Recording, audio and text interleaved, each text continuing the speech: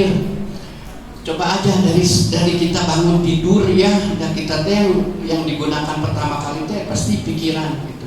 Dan pikiran, alhamdulillahilladzi ahyana ba'da ma amatana wa ilaihin nusyur. Udah gitu teh lihat handphone, update status wilayah, alhamdulillah masih diberi umur panjang sama Allah, bangun dalam keadaan sehat.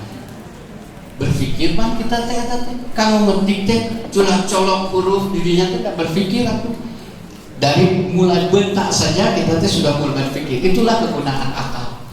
Jadi setelah berikutnya habis ini mau ngapain ya, habis ini mandi, jangan mandi, udah akan kemana-mana juga. Sekarang mah di rumah ada dasterannya kena naon padahal mah eta teh katingali ku si bapak kitu beberapa majikan teh ada dasterannya kieu sih aya anu geulis kitu kan urang kaluar imah we enak kan nu geulis gitu ya. Padahal kalau disediakan nu geulis di bumi ternyata si bapak mau tingkah-tingkah di bumi kan. Yang kecuali untuk ngari nafkah memang jadi tertentu imah we salah kita cik keluarga itu yang duit ya. Nah, jadi artinya meskipun cuma di bumi ya Bunda, cik singgaris weh supaya si ayatnya betah, supaya si ayatnya lebih semangat mencari sesuatu yang akan dibawa ke rumah gitu buat Bunda dan anak-anak. Itu. Nah, itu teh kan harus dipikirkan. Itu teh menggunakan akal, cara berpikir semua itu teh digunakan akal kita gitu ya, seperti apa supaya suami enak di rumah, suami betah di rumah, suami nyaman bersama kita gitu ya Bunda. Semua itu sarana berpikir dan itu menggunakan akal.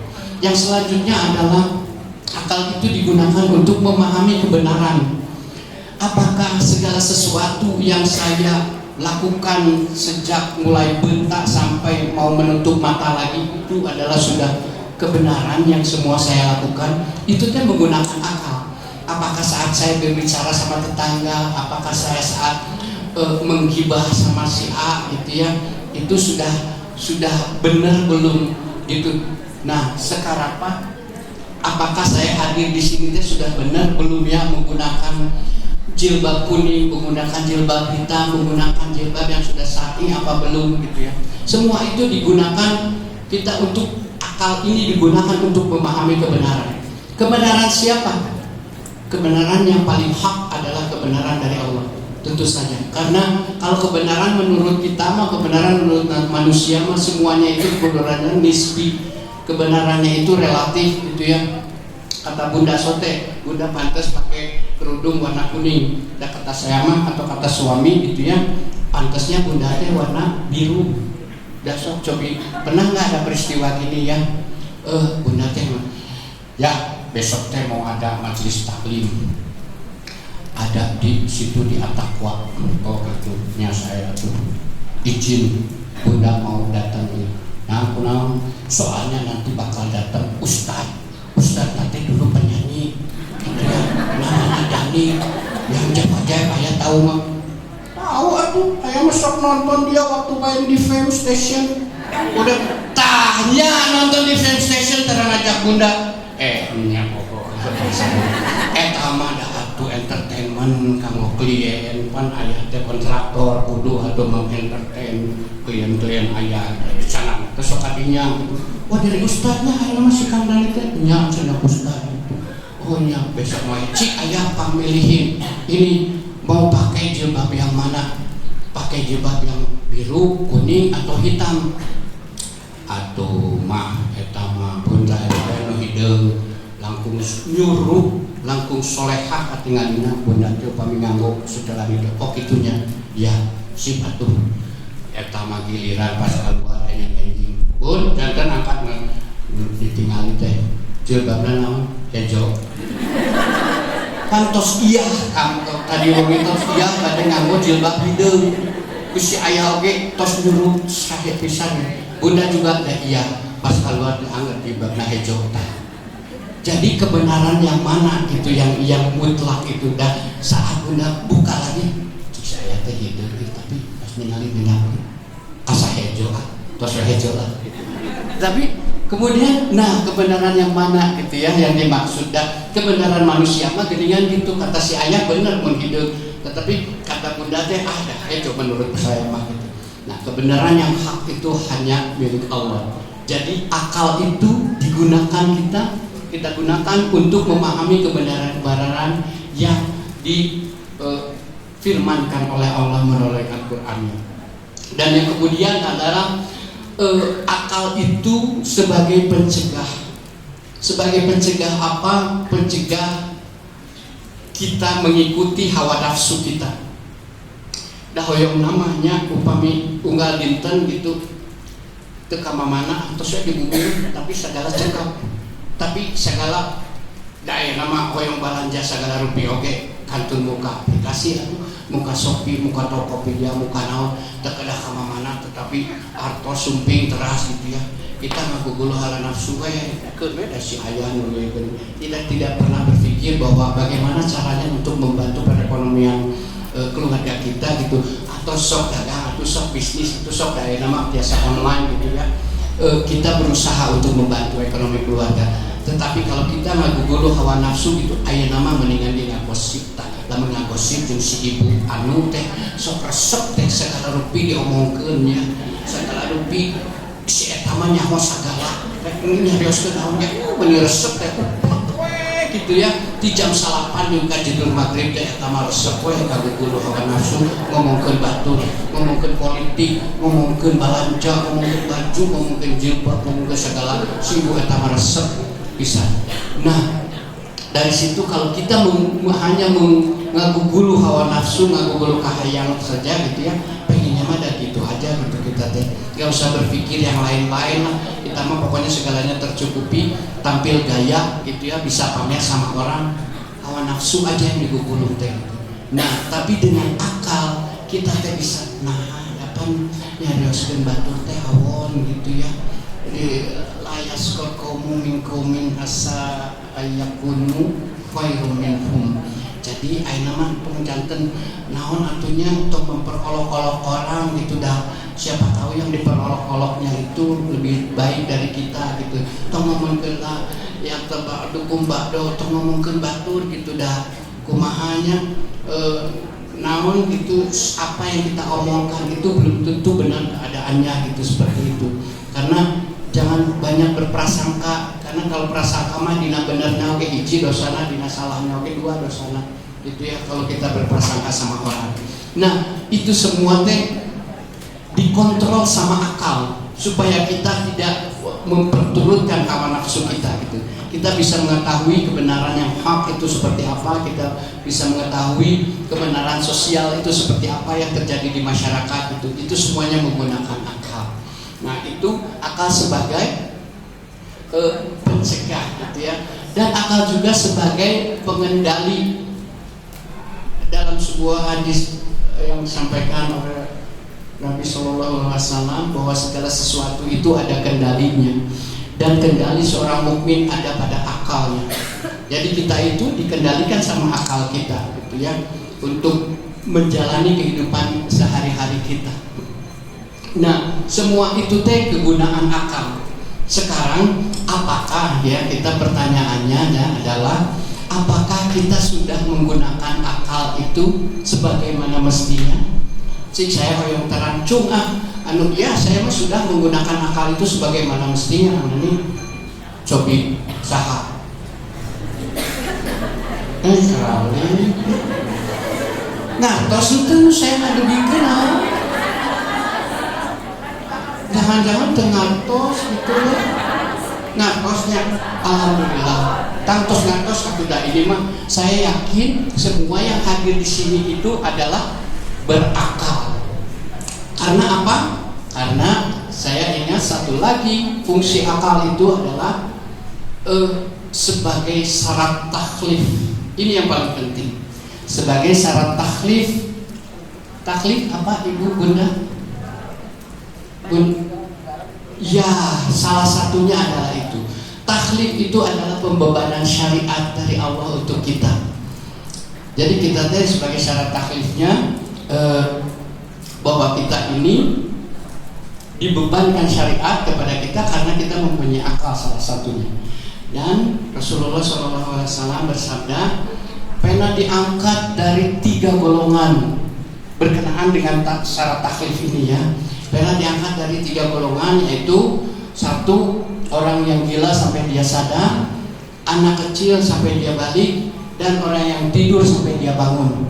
Jadi artinya syarat taklif itu tidak berlaku bagi orang-orang yang tiga ini. Allah tidak mencatat amal-amalannya kalau dia beramal baik juga. Dan malah gitu ya, kalau dia tidak beramal baik juga tidak dicatat. Bagaimana orang yang tidur mau beramal baik dan menuju bobo aturnya bari ngalindur oke keluar gitu. Oh, si ayah misalnya ngalindurnya, si ayah ngalindur buka gitu kan. Ayah dia teh ka mana? Bari ka bumi Anita. Anita itu si ayah. Hampura dayana menuju bobo. Ya, ada yang sleepwalking itu seperti itu ada loh. Jadi kadek ada nggak yang ayahnya pasangannya di rumah sleepwalking gitu, ayah bisa ngalindur gitu, untungnya pasal. Namun angkatna, namun gugahna, namun ngalindurna, ayah balik ke mana? Ayah balik ngagel mobil ke bunda. Oh, ayah taruh dekat satunya. Tetapi upami juga tadi, ayah mau ketemu ke rumah Anita. Anita ditakol panci langsung. Itu sleepwalking. Tapi etama hampuraut karena dalam keadaan tidur. Orang yang tidur itu tidak bisa disalahkan. Bahkan kalau ada hadis yang ini yang orang puasa tidurnya orang puasa adalah berpahala sih gitu ya. Ada aman untuk itu. Kata Mas Anes dari hadis Nabi. Tetapi ya itulah seperti itu. Jadi artinya apa yang dimaksudkan adalah kalau sedang tidur dia tidak berlaku taklif kepadanya gitu ya, pembebanan syariat. Nama upami karena ubo si ayah gugah subuh nakat telat gitu ya, jangan dicap bahwa si ayah tersoleh dan sama kamangku gitu ya. Itu pun pernah terjadi sama Rasulullah gitu dalam sebuah perjalanan pergi bersama para sahabatnya gitu ya, sampai akhirnya Rasulullah memutuskan sekarang bergantian katanya ya yang terjaga gitu supaya kita bisa mengingatkan saat nanti subuh. Tapi Bilal bin Rabah mengusulkan, tenang ya Rasulullah, biar saya yang terjaga gitu Rasulullah, tidur saja gitu ya, biar saya menjaga. Ya oke, benar ya, ya betul Rasulullah, ya betul. Tidur saja Rasulullah bersama sahabat lainnya, mempercayakan Bilal bin Rabah untuk bangun. Tetapi kemudian ngagurubuk etamanya jam 7:30 subuh nanti nabai gugah. Celaka kamu Bilal, celaka kamu Bilal, celaka kamu Bilal, jangan dikati lo kalinya. Aduh kan subuh naka siangan gitu ya. Nah artinya Allah bisa saja mengagugahkan Rasulullah untuk subuh tepat waktu. Tetapi artinya kenapa sampai Allah memberikan pengalaman itu, hikmah itu kepada Rasulullah untuk mengajarkan nanti di kemudian hari kepada umat-umatnya. Upami misalnya subuh kasiangan yang tidak naon atau dadamina oge jami bobo sok we aya nama pas gugahna subuh 7:30 tidak naon pokoknya masuk ke depan subuh dan nembe gugah deh. Nah artinya maksudnya yang ingin disampaikan adalah taklif kepada orang yang tidur itu tidak dicatat, diangkat penanya gitu ya, tidak dicatat amal-amalnya. Kemudian juga kepada anak kecil yang belum balik gitu ya, ukuran baliknya teh apa? Ukuran baliknya teh mimpi basah katanya itu ya. Ada yang mimpi basahan udah highlight tapi baliknya itu usia lah ya, usianya kalau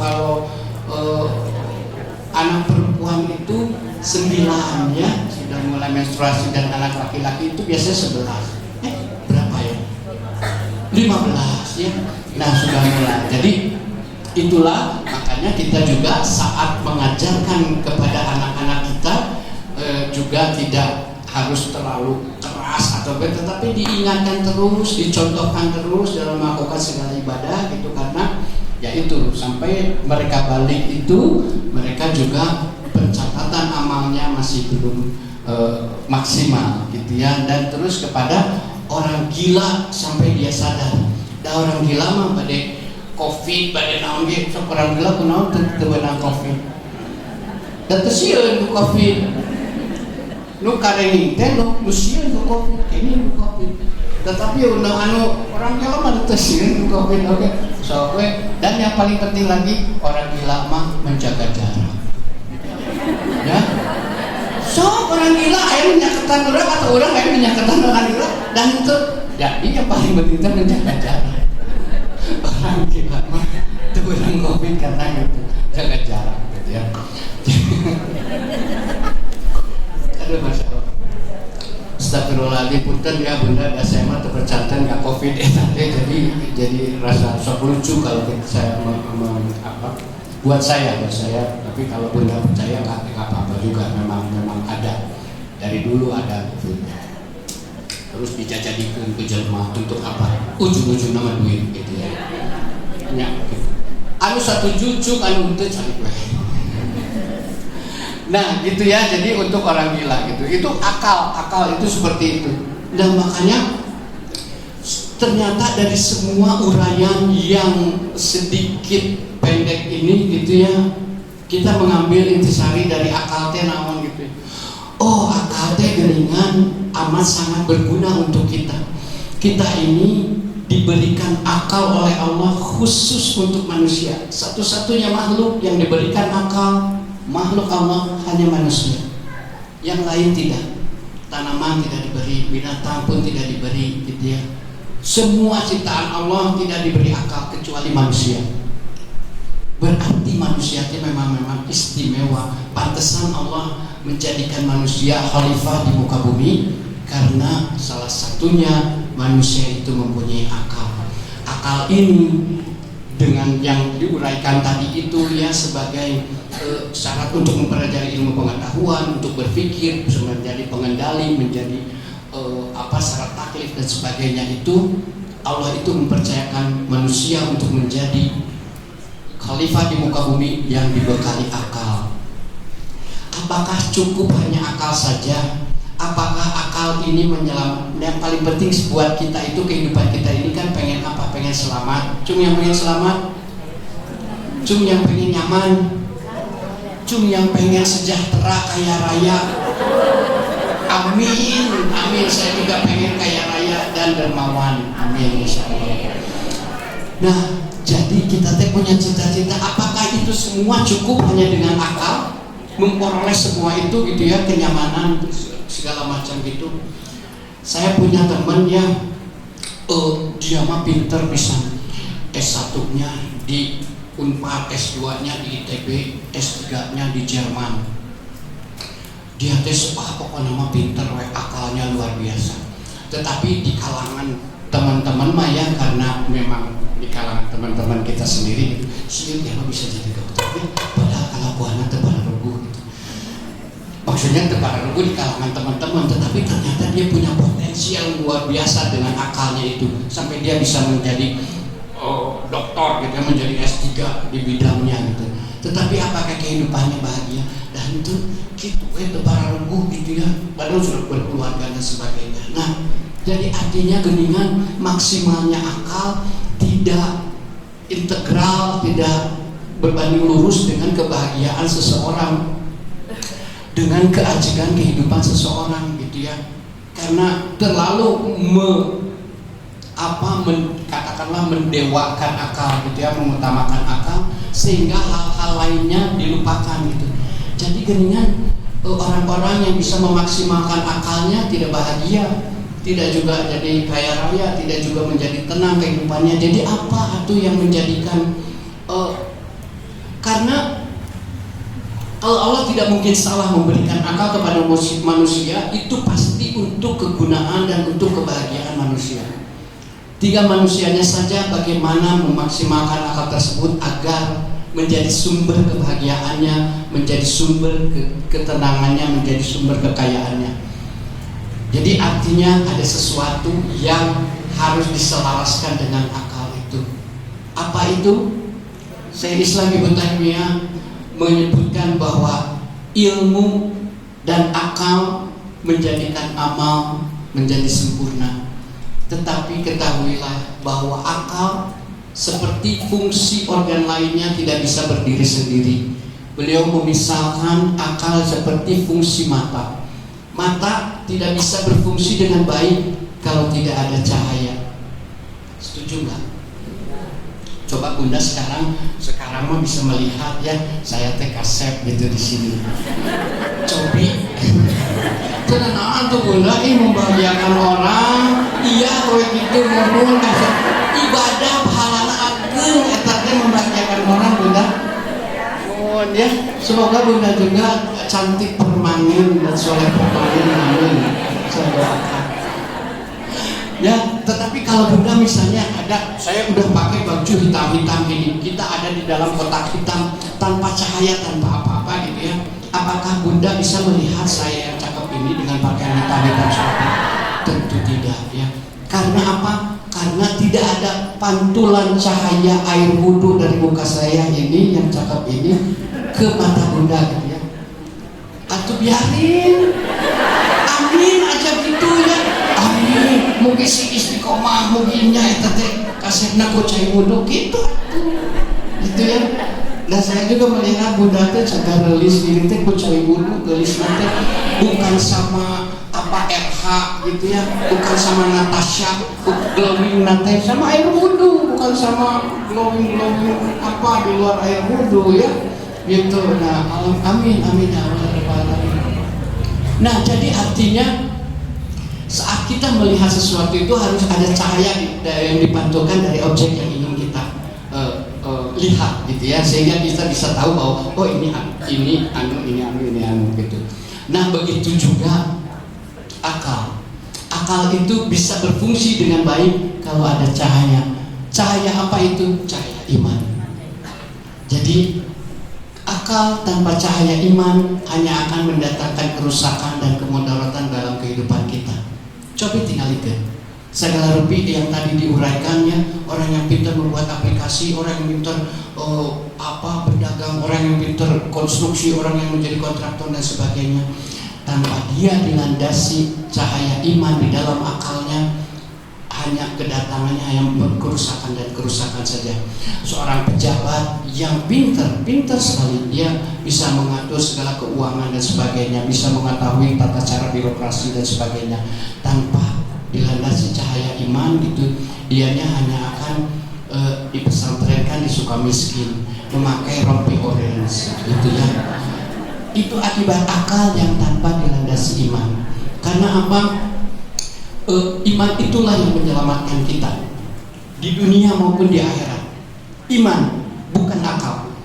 Jadi kalau kita mempunyai akal ini, masya Allah luar biasa. Kalau kita juga memegang keimanan itu berdasarkan segala sesuatu, ma khalaqta hadza batilan subhanaka faqina adzabannar. Tidak ada yang sia-sia di muka bumi ini apa yang diciptakan oleh Allah.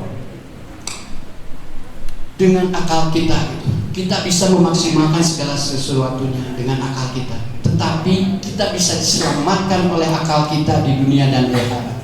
Karena kelak yang menyelamatkan kita itu hanya iman. Hukum di dunia dan di akhirat akan berbeda. Kalau Allah hanya akan memberikan dunia kepada siapa yang Allah kasihi dan kepada siapa yang Allah benci, sok aja. Untuk kaya raya itu tidak perlu beriman. Sok Allah maha adil, maha pengasih, maha penyayang. Kamu usaha pengen kaya, kamu rek nipu jelema rek naon saya beri, gitu ya. Tetapi hukum dunia dan hukum akhirat berbeda.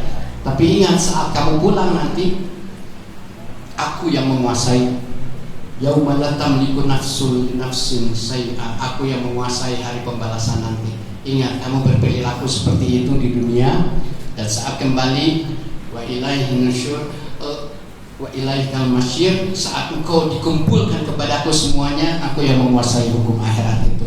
Ingat saja ya, apa yang kamu lakukan baik akan berbuat baik, akan kamu yang berbuat buruk akan berakhir buruk. Aku tidak akan dalam sebuah diskusi Allah berfirman, aku tidak akan menghimpun dua rasa takut dan dua rasa aman di dalam diri seorang hamba. Kalau dia takut kepadaku di dunia, maka aku akan memberikan rasa aman saat di yaumil akhir. Kalau dia merasa aman kepadaku di dunia, maka aku akan memberikan rasa takut kepada dia di yaumil akhir nanti.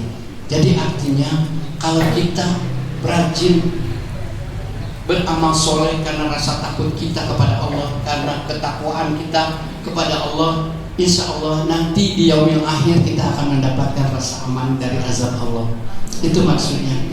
Dan kalau kita merasa tenang-tenang saja sekarang gitu ya, mengumbar akal kita dengan akal kita, kita mah pengennya senang-senang aja. Pokoknya mah sekarang ya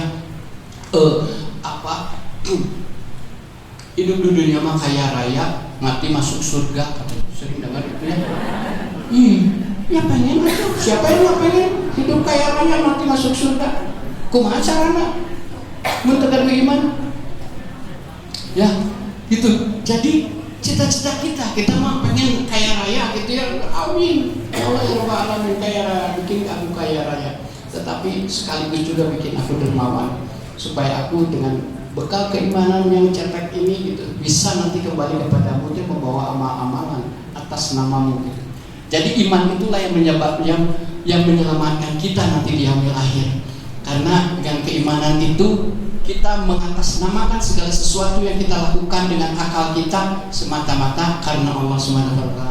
Karena kepercayaan bahwa nanti di hari akhir kita akan dibalas atas segala perbuatan kita.